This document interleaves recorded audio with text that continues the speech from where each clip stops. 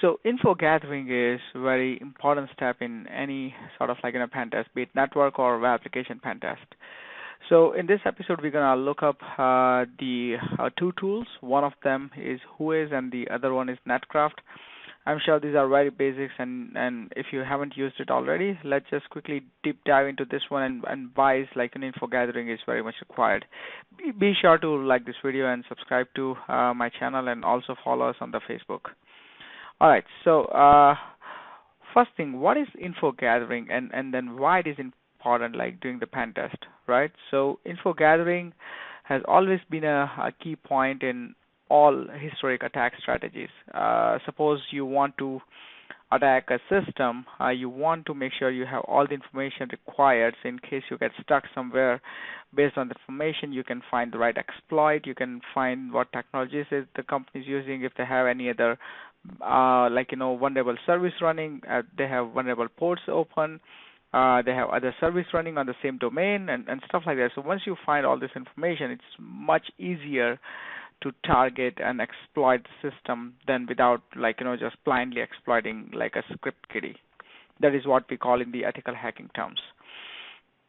So during the information gathering, there are two things, right? Like we gather all this information, which are domain names, IP addresses, technologies that the application is using, then the DNS records, subdomains, if there are any subdomains. For example, we have in the previous videos we have several examples where due to vulnerabilities into the subdomain or the intranet, one can exploit the public-facing applications. So once you find those information, unlisted files, which is like directory browsing, which is very rare to find in these days, but again, there is still such thing. And the second part is why it is important. So of course, you need to define. It defines goal and objective of the pen test. If your goal and objective is just to let's just as a script kiddie, whatever the exploit you get on the internet, just run it. But if you have more information, then you could run you would be able to customize the exploit and then run it. And the second thing is when you do this info gathering or the passive information gathering, you come across a bunch of low risk issues. So for example, let's say if the application is using SSL v3, of course you don't need to penetrate the system to know that. It's very basic information. Then one can easily do poodle attack. Now suppose you find out the application is the session token is not using the secure flag or HTTP only flag. Now, eventually, when you find out the cross-site scripting vulnerability, you can easily get this session token. You can steal this session token information.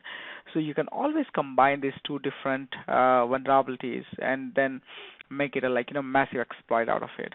And I think a few weeks ago I posted a similar real story into our group and share with everyone that how these little things turn into a major exploit.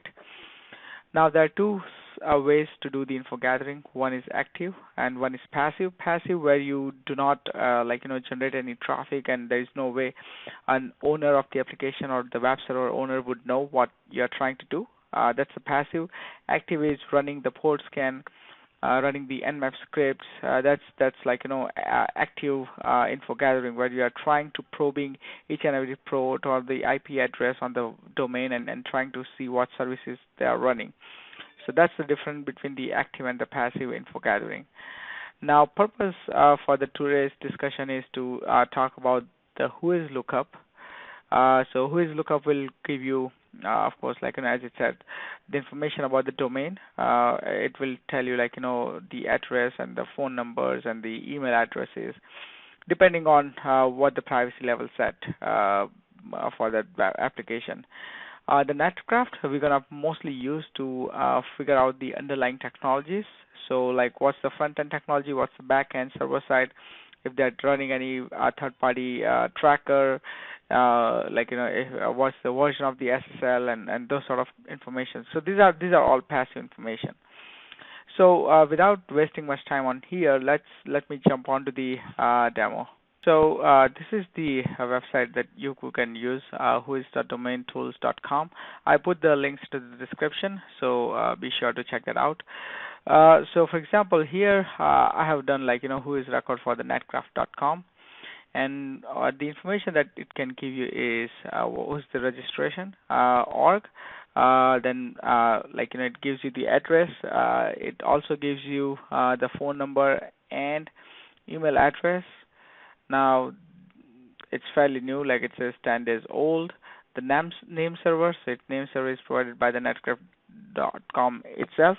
Now sometimes the namespace provided, name server is provided by the third party, and in a way, if you can hack into those hosting company, then probably you can also exploit the server itself.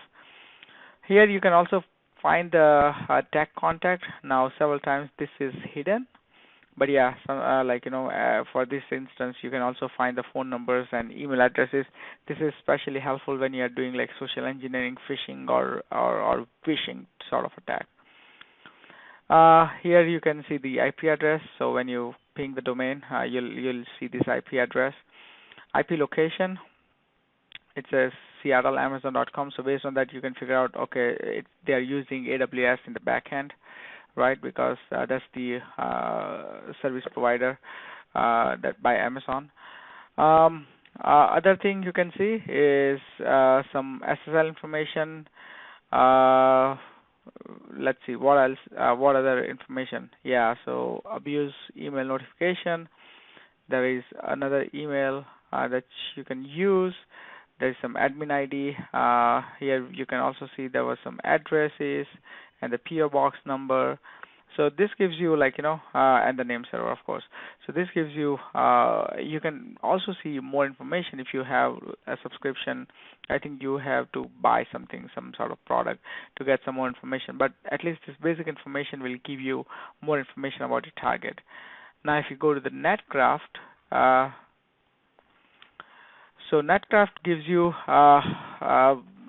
site report, which gives you much more, where we are focusing on more on the technologies used by the application, so we can have specific exploits for that. But here you can see some background information, some network details, like who is the owner. We already know that. The IP addresses. It also gives you a link to the virus total in case you want to see what was the result of this site. So it's everything clean. Here you can also see the reverse DNS, DNS admin. Okay, that's interesting news. Geolocation, as you can see, it also gives you the map here, which is sometimes you can use to determine where is the traffic coming from. SSL TLS. So earlier I was talking about which version of TLS it's using. So for example, it's using TLS 1.3. If it's using, let's say, weak cipher or weak SSL certificate, there is a possibility of doing the man in the middle attack. Let's see. Next, we can. Okay, so here it gives you information about whether you can do the poodle attack or the heartbleed attack or not. The hosting history gives you, this is the SSL certificate chain. You can also get this information by clicking on this lock sign, right, and the view certificate. But anyway, so hosting history, it tells you where it was hosted and where it is currently hosted. A web server, which is using Apache. Sometimes you'll also see the version of the web server. You might have to do some passive info gathering, like capturing the traffic to see if the response will give you some version information of the Apache it's using. This is important, like web trackers. So any third-party resources loaded onto the web page. So it's using Google CDN, which is okay, good to know. But if it's using any vulnerable third-party JavaScript library, you can do like a subdomain takeover or the sniping attack or sort of attacks to attack the website.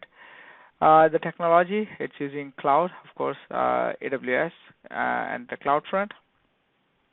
So you have to make sure, if there are any weakness in the AWS CloudFront, there is a way you can do the exploit here. Server side doesn't give you much information, but generally it would tell you if it's using PHP. Just try it out for the various applications. It will gonna tell you whether it's running PHP or Java or Servlet or whatever their backend server side technologies it's using. Client side, it's all mostly using JavaScript. Then it gives you information about the CDN, which is CloudFront distribution. Content management system, interesting. So Hugo as CMS is one of the CMS systems. You can also look through what are the published vulnerabilities we have for this particular technology.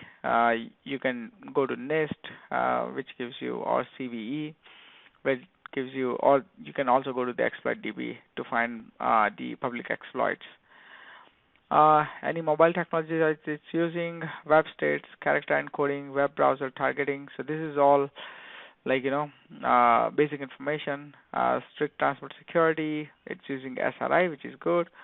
Content type, XML options, access protection. So these are various in defense in depth recommendation that we just saw last week about the secure HTTP headers. So these are all implemented. If these are missing, then there is a way you can exploit this. The HTML5, CSS usage. It gives you bunch of. I think it gives you, if once you start focusing on doing the deep dive into the pen test, this is a really good information and give you it doesn't take more than 10-15 minutes to do that. So and within that time you can easily figure out what the your target application is, what it's using, and any specific weak technology that it's using that you could exploit. So that is how generally I prefer to start my pen test. I spend about half an hour to 1 hour to gather this information. When I'm doing the actual pen test, this all information will add up and give me better way to think through what are the next things or what are the other threats that I should try doing the pen test. So that's all I want to discuss in this video. Just wanted to quickly introduce you guys how you should be getting the info. There are a bunch of other sites and applications, and if the time permits, I'll also cover those. Do let me know if you are interested though, and if so, then I'll cover those videos. But that's it for now. Please follow me on Facebook and subscribe to my channel. Thank you, everyone. Bye.